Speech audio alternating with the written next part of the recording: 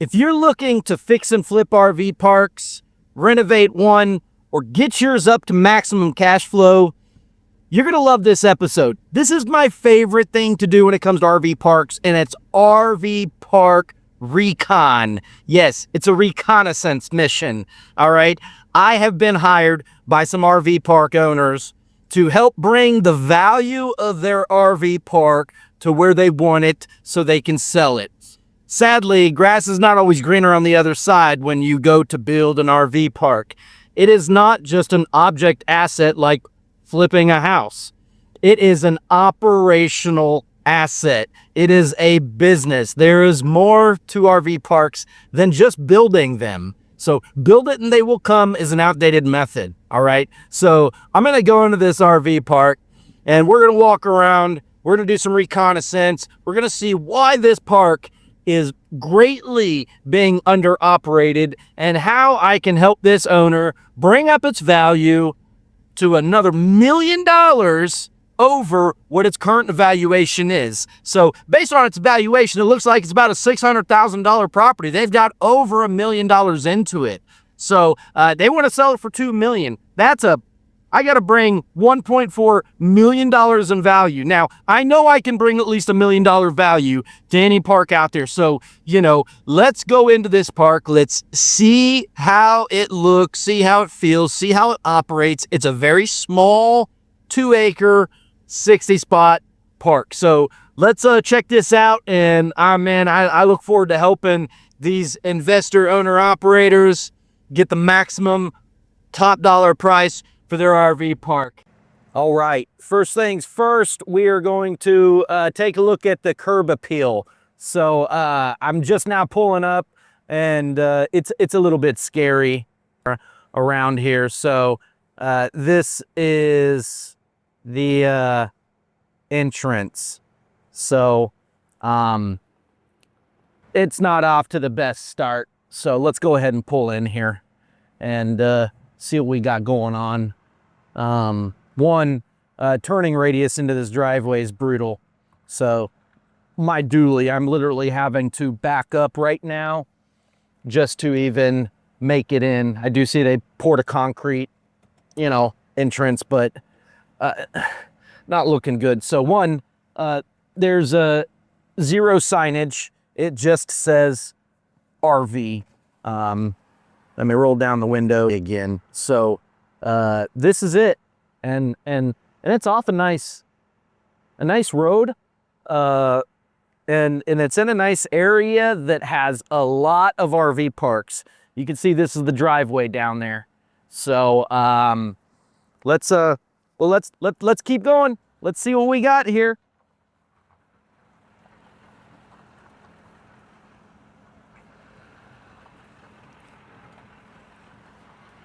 Okay. So far, road is pretty bumpy into this park.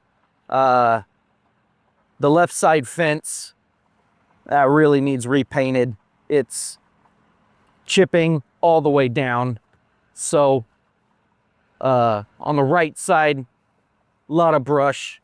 Doesn't look like the people who live next to it really manage the property very well. So this isn't the best look for somebody who's looking for a safe and secure RV site. All right.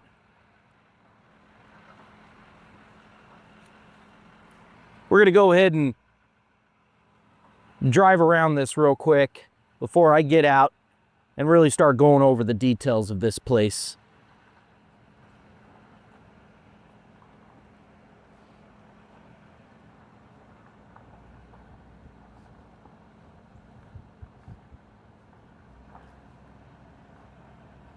It looks like they have a good amount of RVs in here. But you can definitely see management lacks on making sure this place is kept clean, kept presentable. All right, we're to the end of it already, and now we are moving down the second row. You can see they have middle rows over here. Definitely no landscape or yard maintenance. This place could really use a cleaning and an update.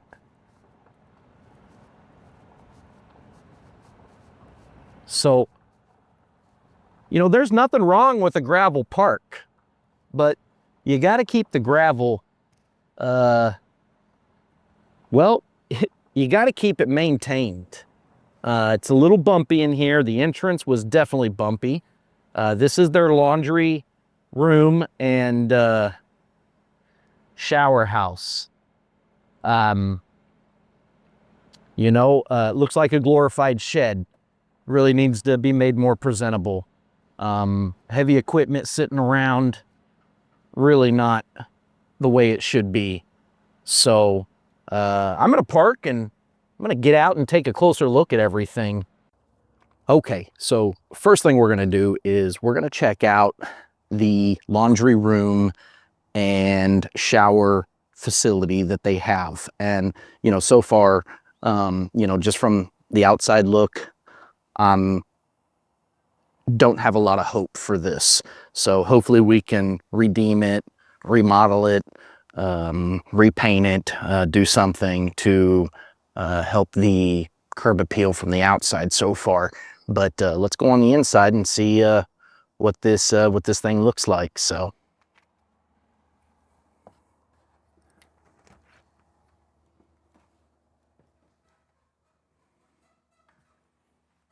Okay. All right.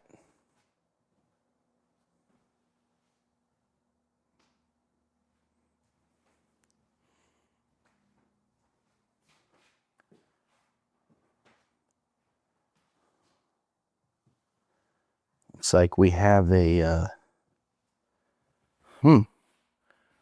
ladies and a gentleman bathroom here, and a place to do all your laundry. Boy, looks like a karaoke system and little coin game here. Not sure if it's operational. I assume it is since it's in here. Another coin operated game. And they do have laundry, so looks like they're coin operated. So they are getting some income from that. Not sure how much yet, but over here is, well,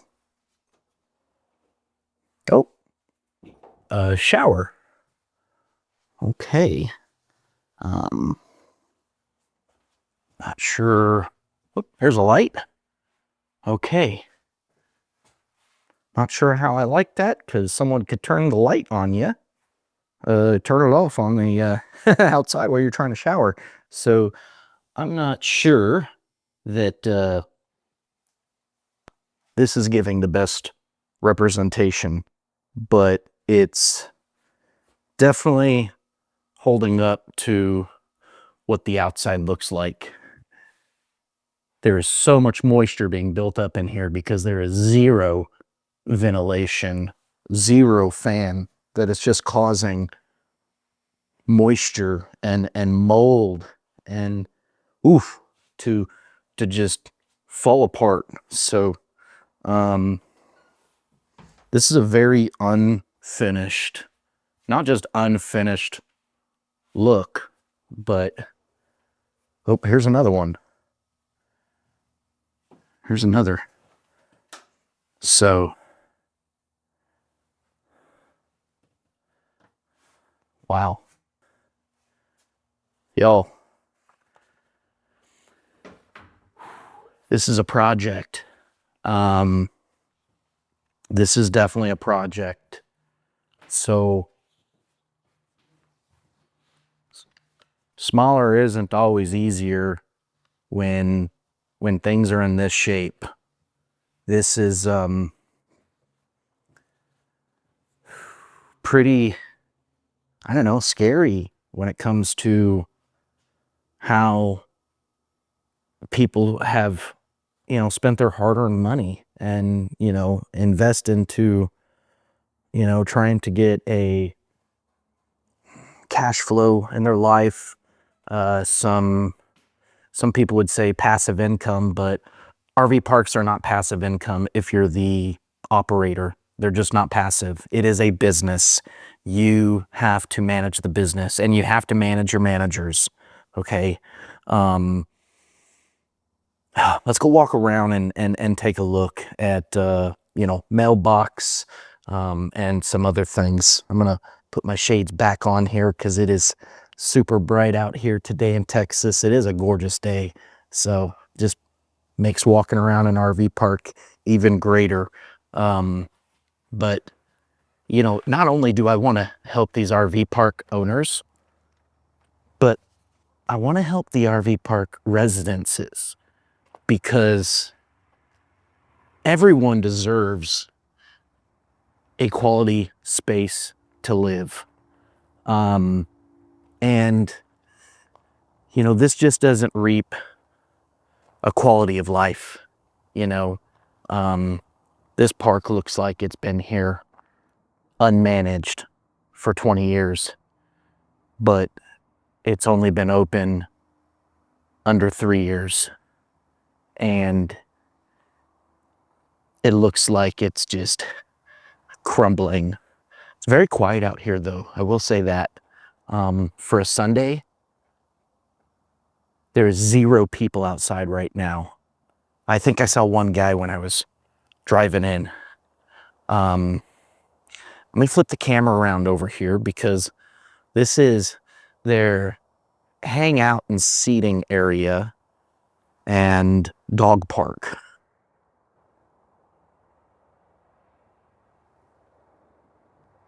Now, what I just showed you, yes, is the hangout community area and the dog park. I'm going to turn it back around again. Yes, I know. So there is junk piles of trash. Looks like they have a huge amount of crushed asphalt that they've been overlaying, and that's okay. But how you keep it, show it, and maintain it is a big thing. I do have a nice little covering here. Big old bench. Holy crap. This thing's huge. This thing's tall. I mean, the height of this thing, almost up to my chest. This seats are almost as high as my hip. But it's it's built strong. Looks like they do have a little grill here for people to use. I'm glad they have some, little bit of ventilation up there for that. Let me turn this around so you can see people's vibe they get here. Okay. No space here. All right. Got a little fence, but, the fence isn't even hiding the junk pile behind it. That's all just trash. It's nothing that, you can even really use for the RV park itself. So, looks like we've got some Bobcat tread, skid steer treads down here to walk on. And, this is the dog park.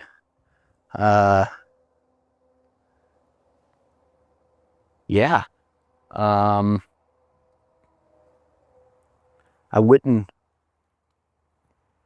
say, well, guys, man, it's a little lost for words. I wouldn't even say that I would want my dog running around in that park. I almost fear for its safety, putting it behind that fence. And safety is a big thing for me. One, my dogs are my life. I don't have kids yet, so they are my kids. So, you know, I take them to some pretty cool dog parks, hiking trails, you know. I thoroughly enjoy it, but, you know, this is not the environment I would even want my dogs in. So I'm not sure why they have an abandoned truck here. Sometimes RV parks, they put, you know, classic vehicles out as lawn decor, but it definitely is not lawn decor. It is just literally an abandoned truck. So, you know, that's the neighbor's yard over there. You can see that mobile home in the background. Definitely would put up a privacy fence there, and or pay to have the neighbors remove it. I'll pay to have it removed. A lot of people would be like, man, that's crazy. No, it's not. Do you see that in the background? That is not crazy. I will pay that neighbor, and I will hire the contractors to go get rid of this. It's that simple. You have to wait for them to do it. Just get their permission, say you'll pay for it. I'm sure they'll be fine with that. I don't think they're gonna miss that thing. Now, looking down the row, you know, it looks like it's just a little bit underdeveloped, huh? We see some different types of gravel usage here. Definitely some road base over here, and then we've got crushed asphalt. Now this is crushed and recycled asphalt. Looks like they have the roads outlined with some cable, which never really seen many people do, but I guess it's a good way to get things organized in the beginnings. A lot of empty sites, but a lot more sites filled than I anticipated. So right over here, interesting, you know, water connection here. It looks like it is pretty well protected, which is good. It's insulated. But, you know, I still would have put it on a pedestal, because when these things are free floating around, it just causes them to have a lot of wear and tear over the longevity of, you know, unhooking and hooking them up. Right here is, well, the dump station. So really unmarked. You really want to make sure that these are properly marked, even with some wood or railroad ties or something around it to, well, even stop people from you know, hitting them when they're trying to back into these sites. Okay. Now looks like we have an outlet here on a pedestal. It is 30 amp. The wires are completely exposed, which is a huge danger. Guys, RV park owners, developers, investors, do not do what I just showed you. This is a huge, huge hazard. If there's kids running around here and they go touch these wires, these could potentially be live.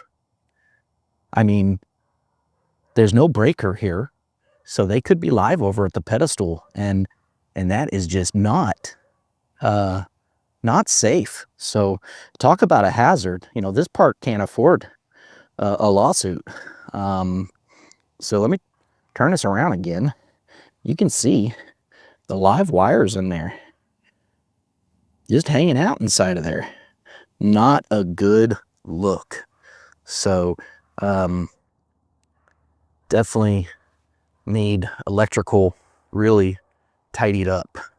Now, this is their drainage. Looks like on the back side of the sites, they, you know, scaped in a little gully ditch to capture the water and let it run. That's not a bad idea, but it could definitely be, you know, cleaned up. And, you know, I would have put a small little retaining wall down here to make these sites super nice and clean. You can see they could have made this site a little bit longer, so this guy's unit did not, you know, hang 10 feet up in the air like that. But, you know, this is what I'm seeing at a lot of RV parks. I'm seeing people not think through the process. So it's not just, hey, let's go build an RV park and we're going to make a bunch of money. We're going to have a bunch of cash flow. No, it's it's an operation. It's a business, guys. And much like if you open up a business, you're going to make your storefront look nice. You're going to make the floors look nice because you want your customers to feel safe and make you feel professional. Okay. You know, instead of laying nice landscape rock in their ditch dwellings, they even got bricks and random rock.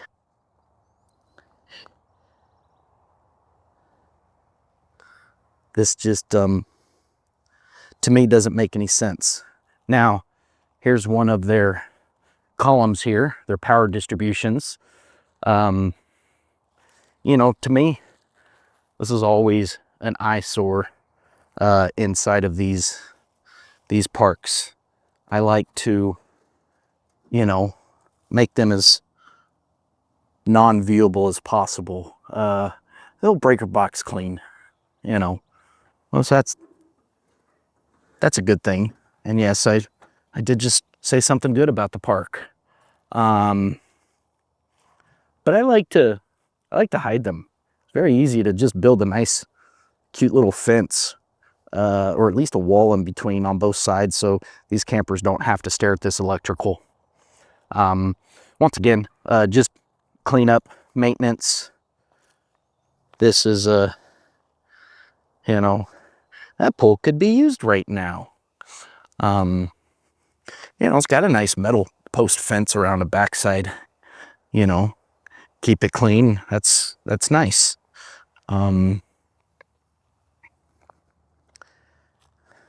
Just debris everywhere.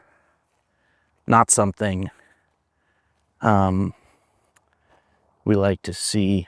So let's take a look at this pole here real quick.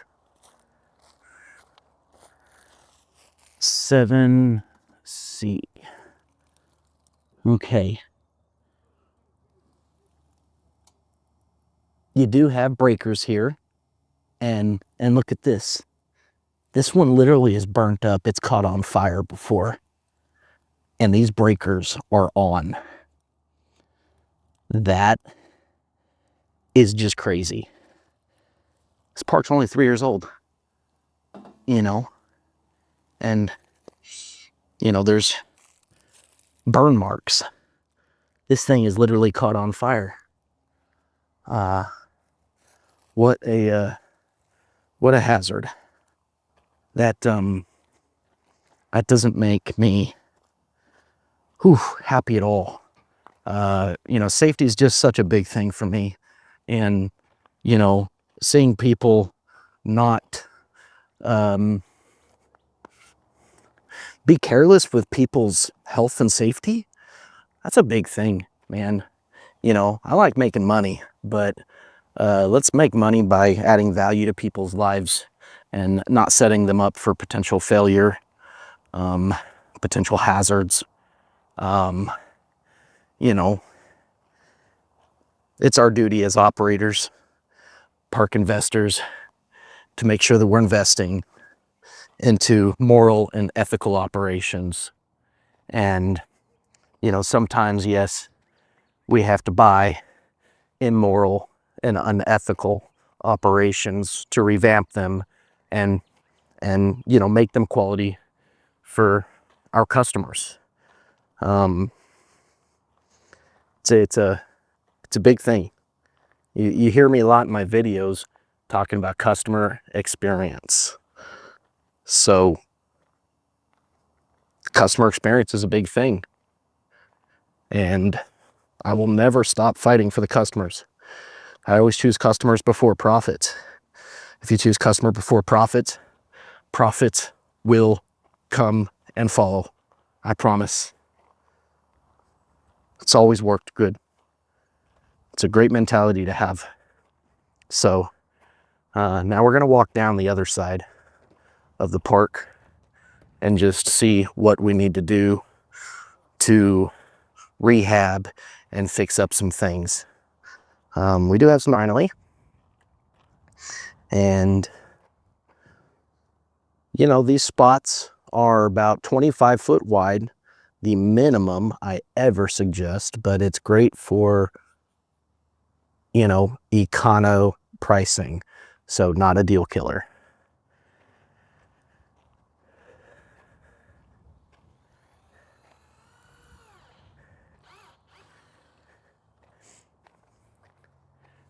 How we doing? Man, beautiful day, huh? Get stuff done, neaten up. That's all we got to do, man. That's all we can do. There you go. There you go. Well, it looks like you got your fur babies there too, so that's always nice. Mouth back in the house. You have a blessed one.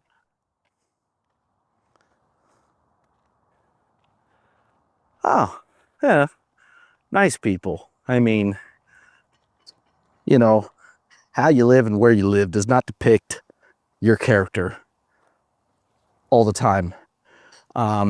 So, but anyways, let's continue. Let me turn this around and show you. This is the main electrical column here. Okay. Big column. This is the big boy.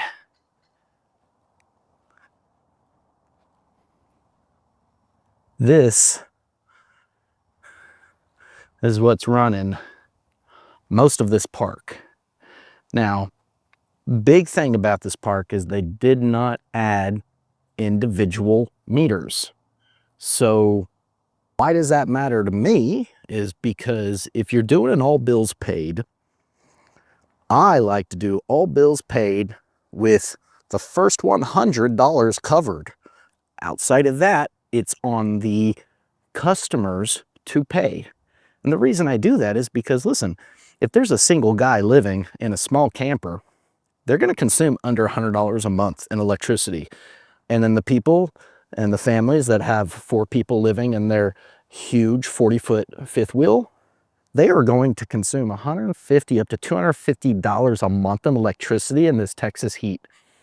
And why would you want to make less profit for more footprint, more usage, more people? No, it shouldn't be that way.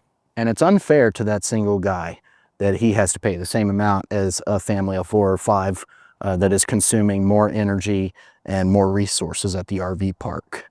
So there are wireless modulars you can add to your electrical grid that can individually judge the electricity output for each and every single site. It's really cool. Clip-on wireless electricity meters so that you can meter them yourself. Now, you can't make profit on that electricity. You are not an electricity provider in that manner. So you can't make profit, but you can charge them for what they consume.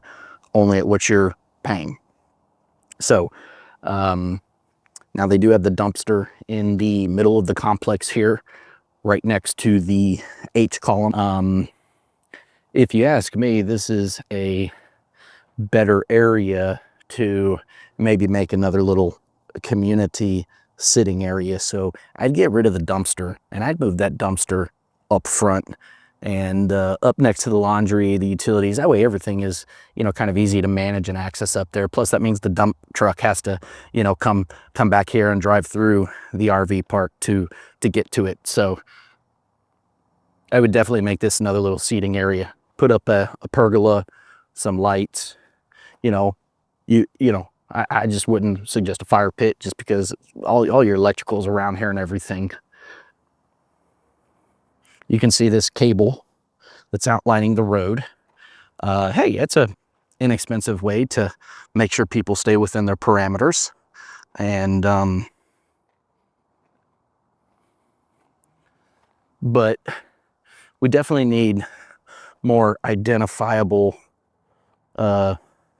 ways of letting people know where the end of their site and the beginning of their site starts and finishes. That way they know what's within their control to keep things clean. This kind of stuff right here is where, you know, it makes sense to provide storage for people who need additional outdoor storage, and they can pay an extra, you know, $25, $50 a month for that storage pod so that it pays itself back. It's a good idea to offer because it gives people a way to be able to have all of their things with them and not just crammed in their RV, but also keeps the sites clean. And presentation, cleanliness, operationally is a very big thing when you're trying to drag a higher value out of your park. Now, let's move over to their mailbox. This is the mailbox. It says, check you mail. Wow. So, yeah, that's the mailbox. I really, I feel like there's a little bit of a lack of care on this project. And I'm saying a little just to be nice, but really this is intentional lack of care for your park, your investment, your money, and really a lack of care for your customers. Therefore, your customers are going to show lack of care for the park, and they're not going to care about keeping it clean. They're not going to care about paying their bills on time. And when you have a complaint for them, they have a million complaints for you as the park owner and the operator. So you're creating your own worst enemy, which is your customers, by not taking care of the park and the premises. There is so many things that need to be done with this park when it comes to cleaning it up. One, this kind of park probably has at least 10 or 15%, if not more, of their clientele not paying their bills or not ever paying on time. And that's hard for management to keep up with that. It's not a fun situation to be in. There's so many things that we can do to help clean up this place and, you know, streamline its operation. There is no website, there is no camp software, there is no QuickBooks. You know, the manager has to come out here every day and, you know, personally unlock the, you know, bathroom and laundry facilities. If you ask me, I like to automate every task I can And so the first thing I would be doing is putting a passcode or key fob system for this bathroom. And then you just put a time parameter that it stays completely locked. So if you don't want people in there after 10 and not before 6, then you can lock them out at that time. But anytime between, 6 a.m. and 10 p.m., they can access at their will. It's logged through systems and software, shows who entered that place. And that's a big thing when it comes to if there's ever any theft, if there's any ever issues. That's a huge thing. I always do like to put security cameras and security software around those amenities and appliances and laundry and shower area, not in the shower. I'm just saying around those areas. But I do like to give the park residents their privacy. Most people don't like knowing that there's cameras just staring at them outside of their home because, guys, these are their homes. People live here. This isn't camping. This is their life. So, let's help them create a better lifestyle at the same price point, because if the occupancies are up, these things cash flow great compared to what they cost to build if you set up the operation correctly. This is a lack of management and a lack of operational knowledge in this space. They got the electrical in, they got the roads in, they got the plumbing in, they got all that in. But that's only 10% of it. Building the park is only 10% of it. Building it does not occupy it, does not operate it. A lot of things we can do with this park. So, I really feel this Recon has been successful. This is a small park. There's not a lot to offer, but there is a lot that you can do to maximize the value. And if you want to pull an extra $1 million in the valuation of this property, there is a lot of work to do. It is not as easy as most people think. You are dealing with a lot of people who live on this premise. And how are you going to clean it up? How are you going to maintain everything while people are living here? Well, that's the thing. First thing we're going to have to do is clean up the bad renters. Clean up the people that aren't paying. Clean up the trouble people. Clean up the people that, won't keep their property clean. Yes, we are going to lose some income in the beginning month or two because we got to get those people out. And then in order to recondition this place, we need to see if we can get everybody moved off one row over into the other areas. That way, we can take time to recondition one whole row, and then we'll move some of these people back over, okay? And then we'll do this row, and then we'll move people around again, and then we'll do this row, okay? Now, we're gonna have a community meeting about this. That's not something we just start doing. We have a meeting about it. That way people who aren't willing to go through that process can leave.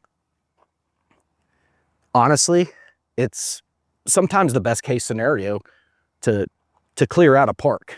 Believe it or not, I know it sounds crazy, but sometimes you have to tear down in order to rebuild. And this is close to a tear down if the owners are wanting to get near a $1.5 to $2 million price point. After seeing this, $600,000 evaluation is like